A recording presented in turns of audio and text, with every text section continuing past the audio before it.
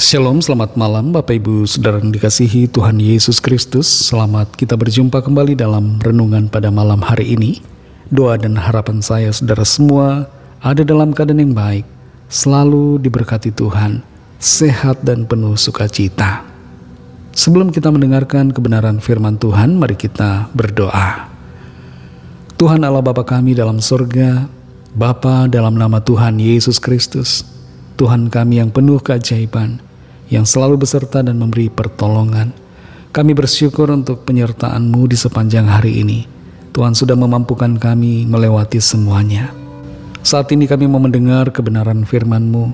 Urapilah kami supaya kami mengerti dan mentaati akan setiap kehendak-Mu. Dalam nama Tuhan Yesus kami berdoa. Haleluya, amin. Saudara yang dikasih Tuhan, ayat firman Tuhan saat ini terdapat dalam kitab Yosua pasal 8 ayat 30-31. Tertulis demikian. Pada waktu itulah Yosua mendirikan mezbah di Gunung Ebal bagi Tuhan Allah Israel, seperti yang diperintahkan Musa, hamba Tuhan, kepada orang Israel, menurut apa yang tertulis dalam kitab hukum Musa. Suatu mezbah dari batu-batu yang tidak dipahat, yang tidak diolah dengan perkakas besi apapun. Di atasnya lah mereka mempersembahkan korban bakaran kepada Tuhan dan mengorbankan korban keselamatan. Saudara yang dikasih Tuhan, di sebuah toko di kota Copenhagen, di pusat kota, terdapat batu-batu alam yang dijual dengan berbagai ukuran. Ada yang kecil, ada yang besar, dan semuanya beraneka warna, indah, elok dipandang mata. Harganya tidak begitu mahal, dan bila dijadikan mata cincin, tentunya akan menarik. Batu-batu itu diambil dari alam, dan kemudian dipahat, serta diperhalus, menurut imajinasi dan konsep keindahan dari pemahatnya. Bicara tentang batu, kita lihat di sini dalam kitab Yosua, ada batu yang secara khusus disuruh Tuhan untuk menjadi mezbah persembahan, sebagaimana telah dinyatakannya melalui Musa, sebelum Musa digantikan oleh Yosua. Dan Yosua menuruti perintah firman itu dengan membuat sebuah mezbah dari batu yang tidak dipahat. Kita kembali perhatikan Yosua 8 ayat 30-31 ini. Pada waktu itulah Yosua mendirikan mezbah di Gunung Ebal bagi Tuhan Allah Israel, seperti yang diperintahkan Musa, hamba Tuhan, kepada orang Israel, menurut apa yang tertulis dalam kitab hukum Musa, suatu mezbah dari batu-batu yang tidak dipahat, yang tidak diolah dengan perkakas besi apapun. Di atasnya lah mereka mempersembahkan korban bakaran kepada Tuhan dan mengorbankan korban keselamatan. Setelah kemenangan atas bangsa Ai, Yosua mengingat akan Tuhan yang telah memberikan pertolongan. Yosua tidak merasa dirinya hebat, tidak menjadi sombong karena kemenangan itu. Dia sadar bahwa pertolongan itu datang dari Tuhan. Dan wujud dari sikap syukurnya, ia membangun sebuah mezbah dari batu yang tidak dipahat, yang tidak diolah dengan perkakas besi. Tidak seperti bangsa-bangsa di sekitarnya yang punya kebiasaan memberikan persembahan kepada berhala, kepada dewa-dewa mereka di atas batu yang sudah dipahat dan dibentuk. Tuhan menyuruh bangsa Israel mempersembahkan korban di atas batu yang tidak dipotong, tidak dipahat dan tidak dibentuk. Apa yang menjadi makna dari mezbah yang tidak dipahat ini adalah bahwa kita semua hendaknya memberikan hati dan hidup kita apa adanya di hadapan Tuhan. Hati dan kehidupan yang tidak dipahat atau dibentuk oleh pikiran kita manusia, tapi hati dan kehidupan yang diserahkan kepada Tuhan untuk dibentuk, diformasi oleh Tuhan menurut kehendak dan rancangannya.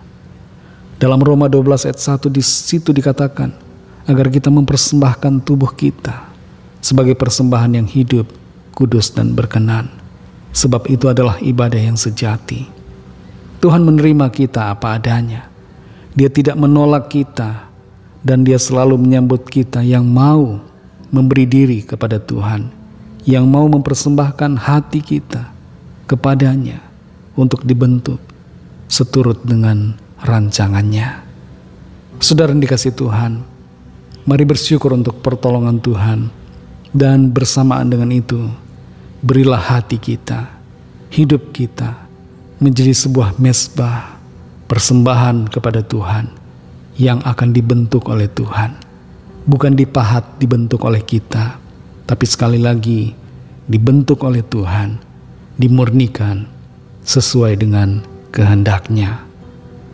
Mari kita berdoa. Terima kasih Tuhan Yesus, kami bersyukur Bapa untuk firman-Mu yang sudah kami dengar saat ini.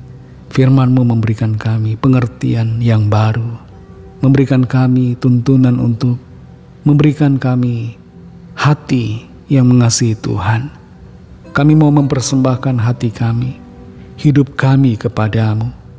Kami mau mempersembahkan seluruhnya, tubuh kami ini bagi-Mu Tuhan. Bentuk kami, pahat kami Tuhan. Tolong kami, jadikan kami serupa dengan Engkau, seturut dengan rancangan-Mu yang indah. Terima kasih untuk firman-Mu. Berkati kami Tuhan di sepanjang malam ini, dalam istirahat kami. Lindungi kami, sertai kami dengan kuat kuasa-Mu. Berikan kami tidur nyenyak, dengan hati yang tenang dan damai, dalam kasih karunia Tuhan. Kami berdoa bagi yang sakit dan yang sedang dalam pergumulan. Lawatlah ya Tuhan, berikan kesembuhan, kesehatan, baik jasmani dan rohani. Berikan jalan keluar, pertolongan ajaib bagi setiap kami. Berkati bangsa kami Indonesia dan juga semua bangsa di dunia ini. Lawatlah ya Tuhan setiap orang dari segala bangsa, supaya mereka mengenal Engkau, percaya kepadamu dan menerima anugerah keselamatan. Ampuni kami Tuhan akan dosa kesalahan kami, seperti kami juga mengampuni orang yang bersalah kepada kami, dan pimpin kami jadi sempurna seturut rancangan-Mu. Dalam nama Tuhan Yesus Kristus kami sudah berdoa dan mengucap syukur. Haleluya. Terimalah berkat Tuhan. Tuhan memberkati engkau dan melindungi engkau. Tuhan menyinari engkau dengan wajah-Nya dan memberikan kasih karunia. Tuhan menghadapkan wajah-Nya kepadamu dan memberikan damai sejahtera. Berkat anugerah Allah Bapa, kasih karunia dari Tuhan Yesus Kristus, dalam persekutuan dengan Roh Kudus, menyertai kita semua, sekarang ini dan sampai Maranatha Tuhan Yesus datang kembali, dan bahkan sampai selama-lamanya. Dalam berkat nama Tuhan Yesus Kristus, haleluya, amin. Puji Tuhan, saudara yang dikasihi Tuhan. Saya percaya firman Tuhan menjadi berkat dan kekuatan buat saudara semua, dan Roh Kudus akan menolong saudara untuk lebih lagi memahami kebenaran firman Tuhan dan hidup dalam kemenangan. Tuhan Yesus memberkati saudara semua. Selamat malam, selamat beristirahat, dan sampai jumpa dalam renungan yang berikutnya. Haleluya.